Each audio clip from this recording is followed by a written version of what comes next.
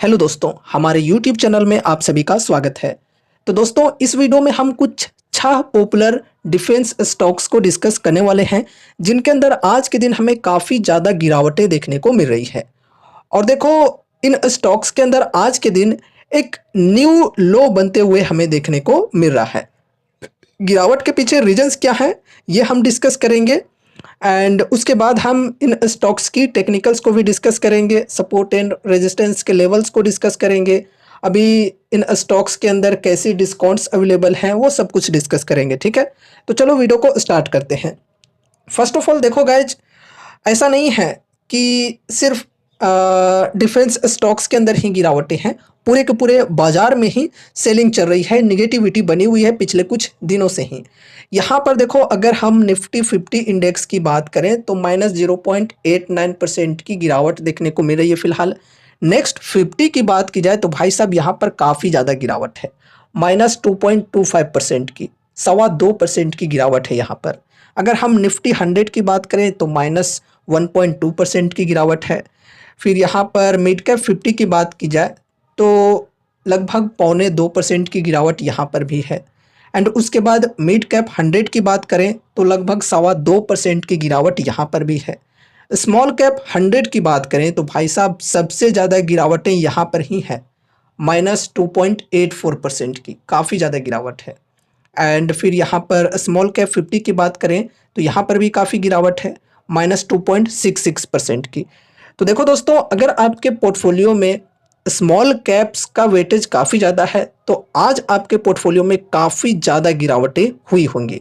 देखो, small caps में काफ़ी ज़्यादा गिरावट है, साथ ही साथ मिड कैप्स के अंदर भी। एंड लार्ज कैप में अगर हम निफ्टी नेक्स्ट 50 इंडेक्स वाले स्टॉक्स की बात करें तो इनके अंदर भी काफ़ी ज़्यादा गिरावटें हैं। ठीक है, तो नेक्स्ट 50 के अंदर जो भी स्टॉक्स हैं उनके अंदर भी काफ़ी ज़्यादा गिरावटें हैं। और यहाँ पर अगर हम सेक्टर वाइज बात करें तो लगभग सभी सेक्टर्स के अंदर गिरावटें हमें देखने को मिल रही है। देख सकते हो सभी सेक्टर्स रेड में है, सिर्फ आईटी सेक्टर को छोड़ करके लगभग आधे % यहाँ पर ग्रीन में हमें देखने को मिल रही है आईटी सेक्टर। बाकी सभी सेक्टर के अंदर गिरावटें देखने को मिल रहे हैं। एक चीज़ और कि चाहे पीएसयू हो, पीएससी हो या फिर प्राइवेट सेक्टर के स्टॉक्स हों, सभी स्टॉक्स के अंदर आज के दिन हमें गिरावटें देखने को मिल रही है, कम या ज़्यादा सभी के अंदर गिरावट है। ठीक है, एंड हम डिफेंस स्टॉक्स को डिस्कस कर रहे हैं तो डिफेंस सेक्टर की अगर हम स्पेशली बात करें तो डिफेंस सेक्टर के अंदर भी लगभग सभी स्टॉक्स के अंदर ही गिरावटें हमें देखने को मिल रही है। एक चीज़ और इंक्लूड करके यहाँ पर चलूँगा, डिफेंस सेक्टर के अंदर अगर हम अवंटेल की बात करें तो भाई साहब अवंटेल में आज मार्केट खुलते के साथ लगभग 11-12% की तेज़ी देखने को मिली थी, लेकिन अभी भी तेज़ी है यहाँ पर 5-6% की। बहुत ज़्यादा अवंटेल संभाल कर चल रहा है खुद को, क्योंकि रिजल्ट्स इनके काफ़ी बेहतरीन आए थे, वरना यहाँ पर भी काफ़ी ज़्यादा गिरावटें आ सकती थी। तो रिजल्ट के वजह से स्टॉक जो है ये खुद को संभालने की कोशिश कर रहा है। बाकी देखते हैं मार्केट क्लोज होते होते क्या होता है ना। अब देखो गाइज, ये जो गिरावटें आ रही हैं इसका मतलब ये नहीं कि ये सभी स्टॉक्स या फिर सेक्टर एकदम बेकार हो गए, क्योंकि काफ़ी ज़्यादा लोग इस प्रकार के कमेंट्स कर रहे हैं कि इंडियन स्टॉक मार्केट अब ख़त्म हो गया। तो भाई ऐसी कुछ भी बात नहीं है। देखो, अगर आपने कोविड का क्रैश देखा है, अगर आपने रसिया यूक्रेन वाला क्रैश देखा है, तो फिर आई थिंक आपको कुछ प्रॉब्लम्स नहीं होनी चाहिए। लेकिन अगर आप एक न्यू इन्वेस्टर हो तो फिर आपको प्रॉब्लम्स हो रहे होंगे, मैं गारंटी के साथ कह सकता हूँ। ठीक है, मैंने कोविड का क्रैश देखा है, मैंने रसिया यूक्रेन वाला क्रैश देखा है, इस वजह से मुझे कोई प्रॉब्लम्स नहीं हो रहे हैं इन गिरावटों को देखकर। गिरा है भाई, उठ जाएगा आगे चलकर, उतना क्या टेंशन लेना। और ये तो बेसिकली हमारे लिए अपॉर्चुनिटीज बनकर आते हैं। और देखो, ये एक ऐसा सिचुएशन होता है कि इसी वक्त जो नए इन्वेस्टर्स होते हैं, जो नए ट्रेडर्स होते हैं, वो मार्केट को छोड़कर भागते हैं। ठीक है, यही समय होता है। और इसी वक्त इन्वेस्टर्स के पेशेंस का लेवल चेक होता है। ठीक है, कि कितना पेशेंस रख पाते हैं। अगर किन्हीं को पेशेंस नहीं है और उनको लग रहा है कि स्टॉक मार्केट बेकार है, घटिया है, जुआ है, कुछ भी अगर इस प्रकार की चीज़ें सोच रहे हैं और लॉस बुक करके निकलना चाहते हैं तो निकल सकते हैं, उनकी अपनी मर्जी है। ठीक है, लेकिन अगर किन्हीं को विश्वास है अपने स्टडी अपनी एनालिसिस के ऊपर, तो फिर वो यहाँ पर पेशेंस के साथ बैठ सकते हैं। पेशेंस के साथ बैठ रहे हो तो ये भी ध्यान में रखकर चलना कि आगे और भी गिरावटें आ सकती है, ये भी ध्यान में रखकर चलना, तो उसके लिए भी प्रिपेयर रहना होगा, है ना। अब दोस्तों देखो, यहाँ पर अगर हम अक्टूबर मंथ की बात करें तो हिस्ट्री कहता है कि अक्टूबर मंथ में हमेशा हमारे बाजार में गिरावटें आती ही हैं, ठीक है। तो वही हिस्ट्री यहाँ पर रिपीट होते हुए देखने को मिल रहे हैं, है ना। तो अक्टूबर मंथ में हमेशा गिरावटें हमें देखने को मिलती है, पास्ट में भी देखने को मिली है और शायद फ्यूचर में भी ऐसा हो। अभी की बात करें तो अभी वही चीज़ें यहाँ पर हमें देखने को मिल रही है, बाजार में गिरावटें चल रही है, ठीक है। तो ऐसी कोई बात नहीं है कि मतलब बाज़ार एकदम बर्बाद हो गया, एकदम अब कुछ भी नहीं रखा है बाज़ार में, ऐसी चीज़ें सोचने की ज़रूरत नहीं है। अब देखो गाइस, यहाँ पर मैं एक चीज़ और इंक्लूड करके चलना चाहूँगा। देखो, Q2 के रिजल्ट्स अब आने स्टार्ट हो गए हैं, सभी कंपनीज अपने Q2 के अर्निंग्स आउट करेंगे। तो ऐसे में कुछ लोग इस प्रकार से भी सोच रहे हैं कि Q2 के अर्निंग्स अगर वीक आती है यहाँ पे तो फिर स्टॉक के अंदर और भी ज़्यादा गिरावटें आ सकती है, तो इसलिए वो लोग पहले ही यहाँ से निकल रहे हैं। तो इस वजह से भी स्टॉक्स के अंदर गिरावटें हमें देखने को मिल रही है, तो थोड़ी सी पैनिक सेलिंग भी हो रही है Q2 के अर्निंग्स को लेकर, वो चीज़ें भी समझ कर चल रही है, ठीक है। अब चलो यहाँ पर हम डिफेंस स्टॉक्स को डिस्कस करते हैं। First of all Cochin shipyard की बात करें तो भाई साहब यहाँ पर काफ़ी ज़्यादा गिरावटें चल रही है, लगभग 5% की। यहाँ पर आज के दिन लोअर सर्किट हमें देखने को मिल रही है -5% की। देखो, ये स्टॉक जो है ये लॉन्ग टर्म ASM स्टेज 4 में है, ठीक है।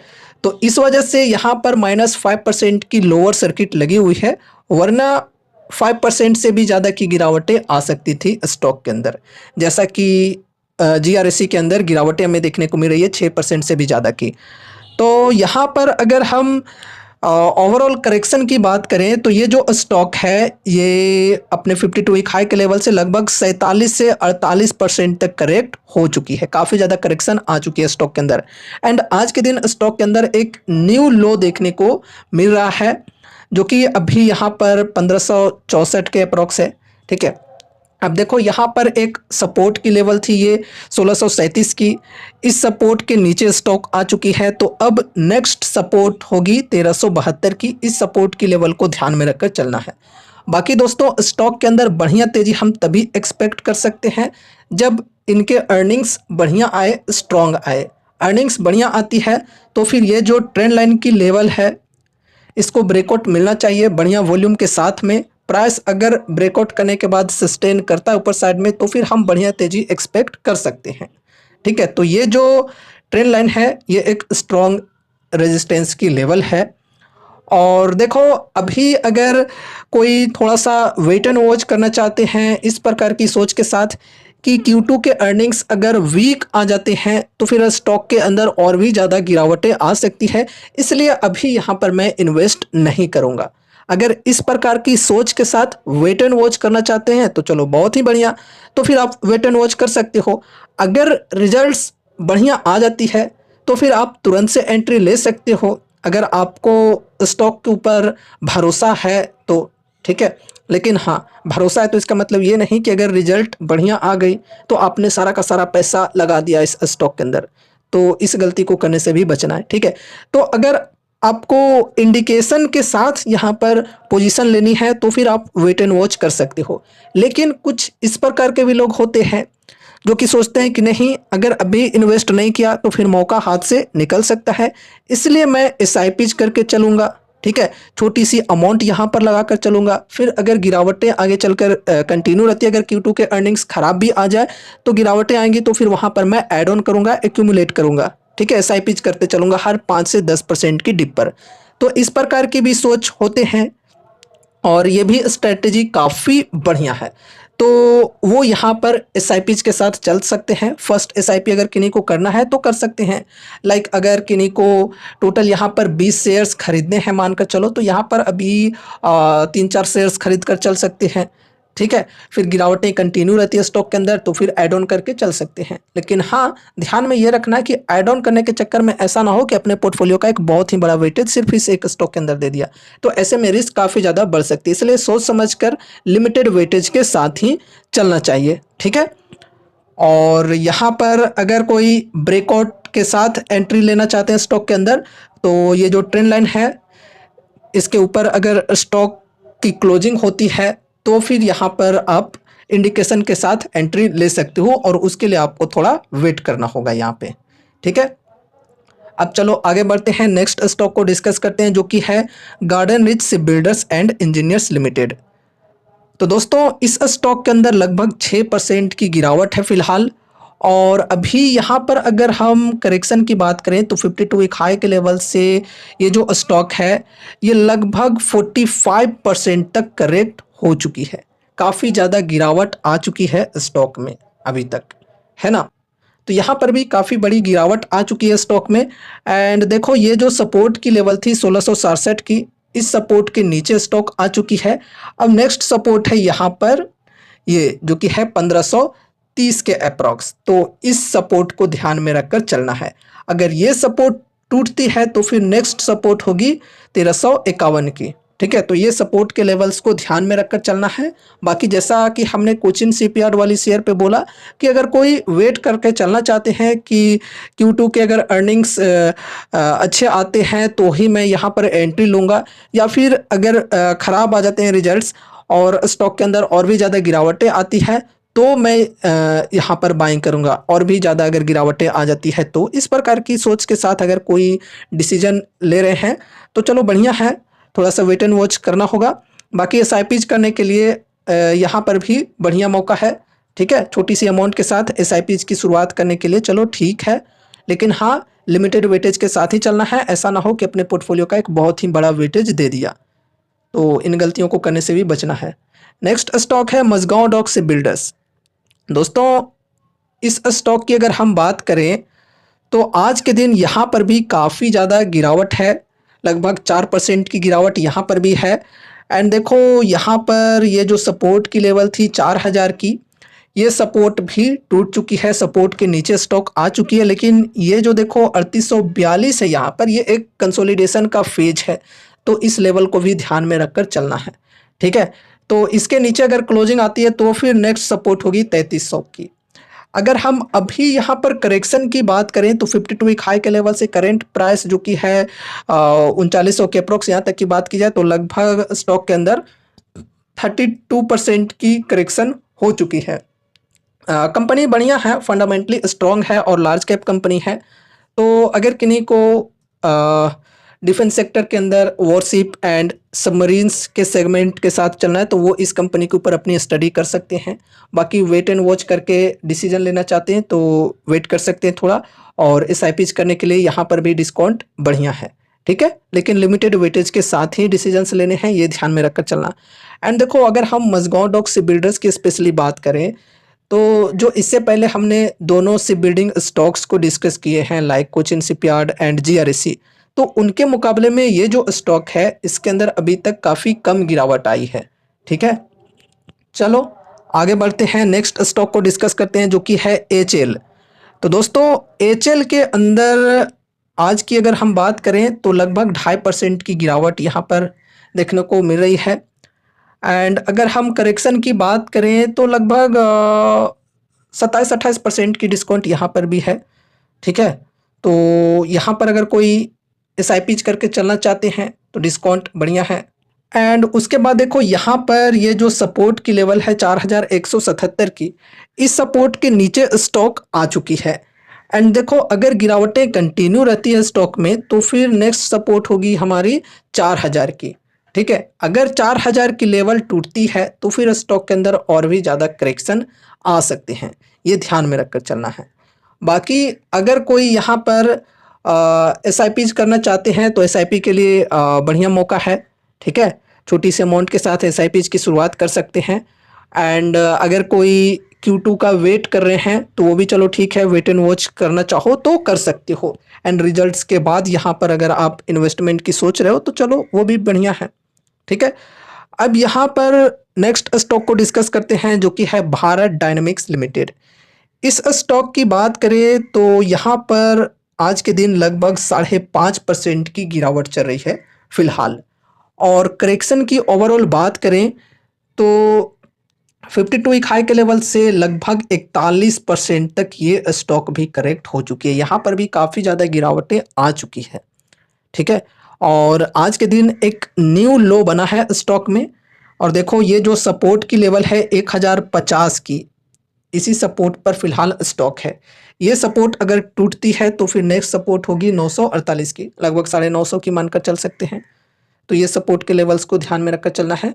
बाकी दोस्तों देखो उसी प्रकार से Q2 का वेट करके एंट्री लेना चाहते हो तो वो कर सकते हो, और वरना अगर SIPs के साथ चलना चाहो तो वो भी बढ़िया है। तो अगर किन्हीं को ये स्टॉक पसंद है तो फिलहाल ये सपोर्ट के लेवल्स को ध्यान में रखकर चलना है। एंड रेजिस्टेंस यहाँ पर ये जो ट्रेंड लाइन है इसे ध्यान में रखना है। ठीक है, इस ट्रेंड लाइन की ब्रेकआउट अगर स्टॉक के अंदर मिलती है बढ़िया वॉल्यूम के साथ में और प्राइस ऊपर साइड में सस्टेन करता है तो फिर स्टॉक के अंदर बढ़िया तेजी आ सकती है। अब चलो आगे बढ़ते हैं, नेक्स्ट स्टॉक को डिस्कस करते हैं जो कि है बेल यानी कि भारत इलेक्ट्रॉनिक्स लिमिटेड। इस स्टॉक के अंदर भी आज के दिन हमें काफ़ी ज़्यादा गिरावटें देखने को मिल रही है, लगभग 4% की। और देखो ये जो स्टॉक है ये भी अपने सपोर्ट पर पहुंच चुकी है जो कि है 266 के अप्रोक्स। अगर ये सपोर्ट टूटती है तो फिर यहाँ पर नेक्स्ट सपोर्ट की लेवल होगी 240 की। इस सपोर्ट को भी ध्यान में रखकर चलना है। देखो गाइज स्टॉक के अंदर यहाँ पर ब्रेकआउट हमें देखने को मिला था कुछ टाइम पहले, लेकिन ऊपर साइड में प्राइस सस्टेन नहीं कर पाया और फिर से ट्रेंड लाइन के नीचे ही स्टॉक आ चुकी है। तो अब ये जो ट्रेंड लाइन है ये फिर से रेजिस्टेंस बन चुकी है। इस ट्रेंड लाइन को बढ़िया वॉल्यूम के साथ में ब्रेकआउट मिलता है तो फिर हम बड़ी तेज़ी एक्सपेक्ट कर सकते हैं। ठीक है, देखते हैं रिजल्ट्स कैसी आती है कंपनी की। रिजल्ट्स अगर काफ़ी बेहतरीन आई, मार्केट एस्टिमेट्स को बीट करते हुए आई तो फिर स्टॉक के अंदर तेज़ी आ सकती है। बाकी यहाँ पर डिस्काउंट की बात करें तो यहाँ पर भी बढ़िया डिस्काउंट अवेलेबल हो चुकी है 21-22% की। तो SIP शुरुआत करने के लिए यहाँ पर भी अच्छी अपॉर्चुनिटी मिल रही है। बाकी वेट एंड वॉच करना चाहते हो Q2 को लेकर तो वेट एंड वॉच कर सकते हो। ठीक है, ये स्टॉक भी बढ़िया है। एंड अदर डिफेंस स्टॉक्स जो हैं PSU वाले, उनके कंपैरिजन में इस स्टॉक के अंदर हमें काफ़ी कम गिरावटें देखने को मिली है अभी तक। ये काफ़ी अच्छी बात है। ठीक है, तो दोस्तों ये रही हमारी आज की वीडियो कुछ पॉपुलर डिफेंस स्टॉक से रिलेटेड।